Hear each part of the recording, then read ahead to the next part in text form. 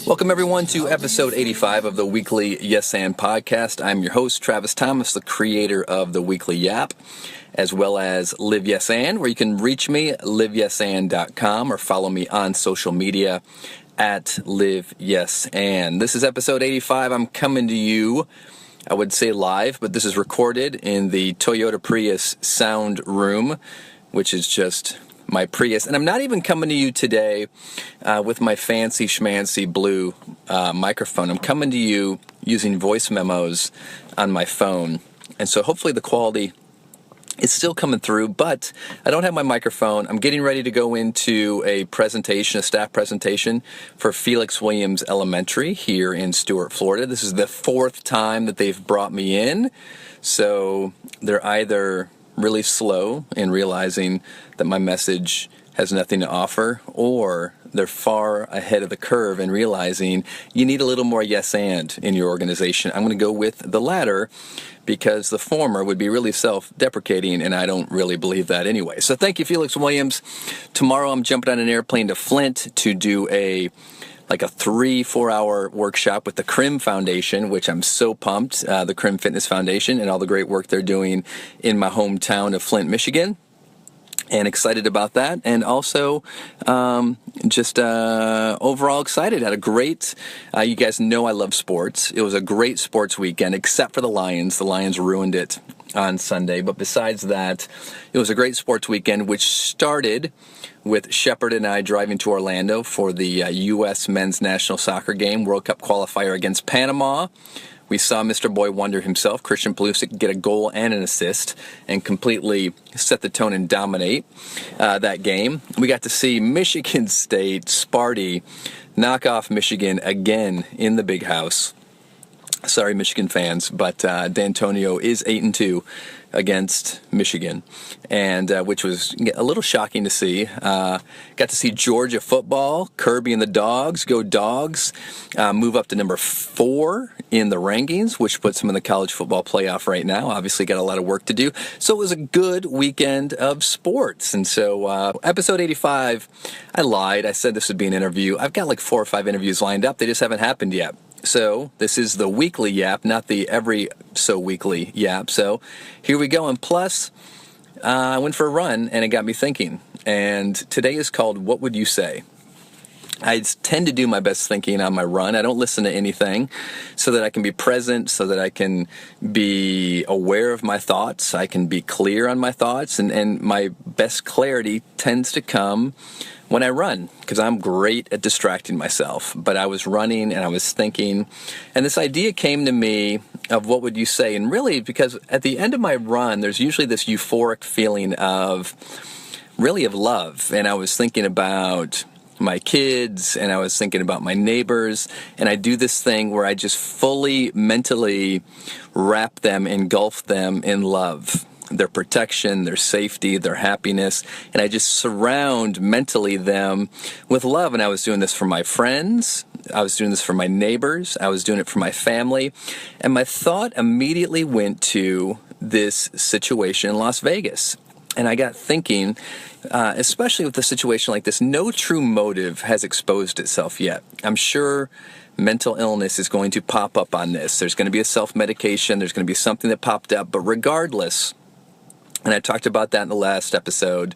Again, wasn't trying to be political. I know I talked about Trump a lot. Wasn't trying to be political. But again, for all of us to take a deeper dive here, and I got thinking about what would you have said if we could all have gone back in time? Now, what would you have done? What would you have said if you had spent some time with that Las Vegas shooter the day of that event? What would you have said to him? How would you have reinforced his worth, his value? How would you have surrounded him in love in a way that doesn't make this sort of desperation and exist, of hopelessness, of helplessness exists? And I think, what would you say to someone who has committed suicide, someone who's contemplating that? What would you say? And when I thought of myself just wrapping loved ones in love and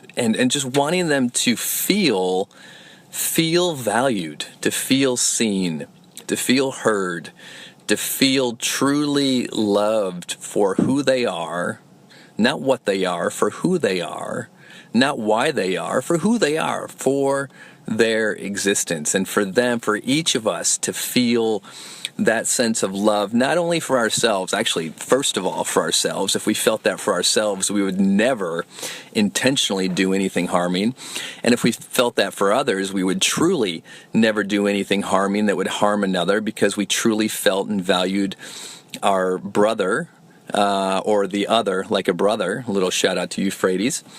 And so we wouldn't do that kind of thing if we were seeing ourselves and seeing others and just surrounding them in love. And I don't mean that in a weak way. I mean it in a to value somebody, to value their differences, to value their existence and what they stand for and who they are and their mistakes and their flaws, but to still love them anyway.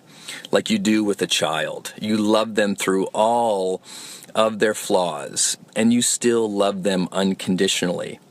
So again, I know last week I got into what is it about our culture that feels so disconnected, where people feel so isolated even though we're so technologically connected.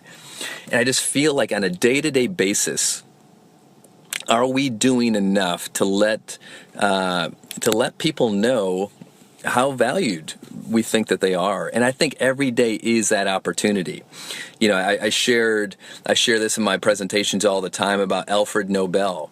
You know, and we all know the Nobel Prizes is actually the week that the Nobel Prizes are coming out. And we all know Nobel because of the Nobel Prizes and the good. But not a lot of people realize that Alfred Nobel was an Austrian physicist who invented the technology for dynamite. He got really, really wealthy off of his invention of dynamite. But midway through his life, his brother died. And they screwed it up and thought that Alfred had died. And so they wrote his obituary instead of his brother's. And so Alfred got to read his obituary, and it said Alfred Nobel, inventor of dynamite, was something like, you know, they coined like, will be known as the Merchant of Death. So Alfred saw this. This was his legacy. This is the legacy he was leaving behind, and he decided that is not the legacy I'm leaving behind. He made some major changes in his life, including, obviously, by the time he created the prizes and when he passed away, his foundation was set up to make sure that those Nobel Prizes existed forever. That's the story as I understand it. Somebody can fact check me if you want, but that's the way that I understand it. That's the way that I share it, because each of us on a day-to-day basis is creating our legacy by the choices that we make moment by moment, right here, right now. And I like to say it's by the interactions that we have moment by moment. Think about how you treated that coworker today that you passed, or how you sent your kids off this morning, or how you treated that person on the road, or the cashier when you went in to buy some gum. These are the interactions that I mean. What would you have said to someone? How can each of us get our heads up off of ourselves? And I say this completely self-aware of myself. Off of ourselves or off of our phones. How about that? How can we get our heads up off of ourselves or off of our phones and see the namaste, see the divine in the person across from us, and give them our full attention so that they feel seen, they feel heard. Every interaction has that capability. I think of banana slugs, right? When you go for a run, or just slugs in general, you see the slime trails before you see the slugs. You know where they have been based on the slime trails. And we all do that. We all leave a slime trail where people know where we've been based on the decisions that we've made. And we can do that day to day, moment to moment.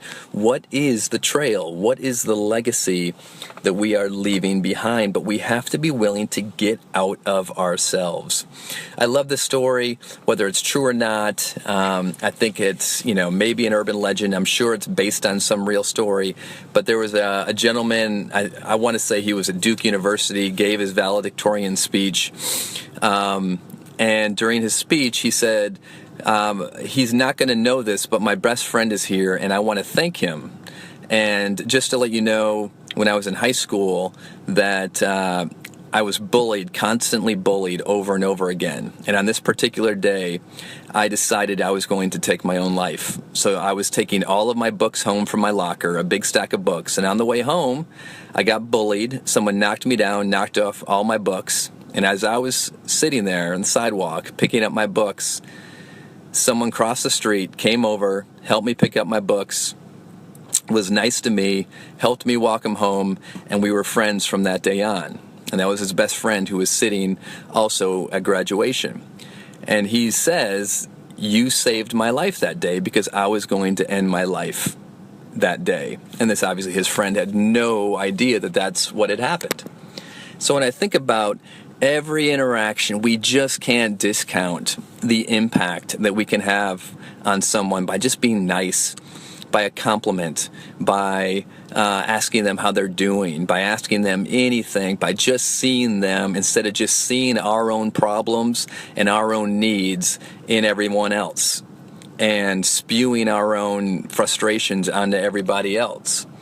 And obviously, I feel the reason we don't do this is because I think so many people feel that they're in survival mode, that they can't get their head up long enough to think about someone else.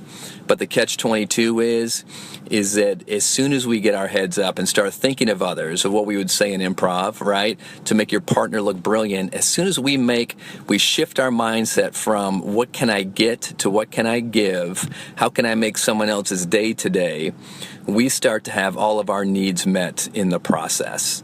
And it is a catch-22. We need to flip it. We need to get out there and love our brother. We need to do our self-work on ourselves, our own spiritual self-work on ourselves, to get our own junk out of the way so that we can be present with other people instead of, again, spewing our junk onto them. And we can't see them when we can only see our junk. And so this isn't major changes, guys. This is something you can do right now as you stop listening to this podcast and turn to the person next to you or the next interaction you have and say, did I make that person's day better, worse, or indifferent? There really is no indifferent. You either made it better or worse based on the interaction that you just had. What would you say if you knew you could have that impact? That's episode 85, everyone. Thanks for listening. If you like this, go ahead and share it. If you find value, go ahead and leave me a review or a rating on iTunes. And thanks for listening to The Yap, everyone. Have a wonderful, wonderful yes and day. Love you, Juju. Burn you a fire when you burn out.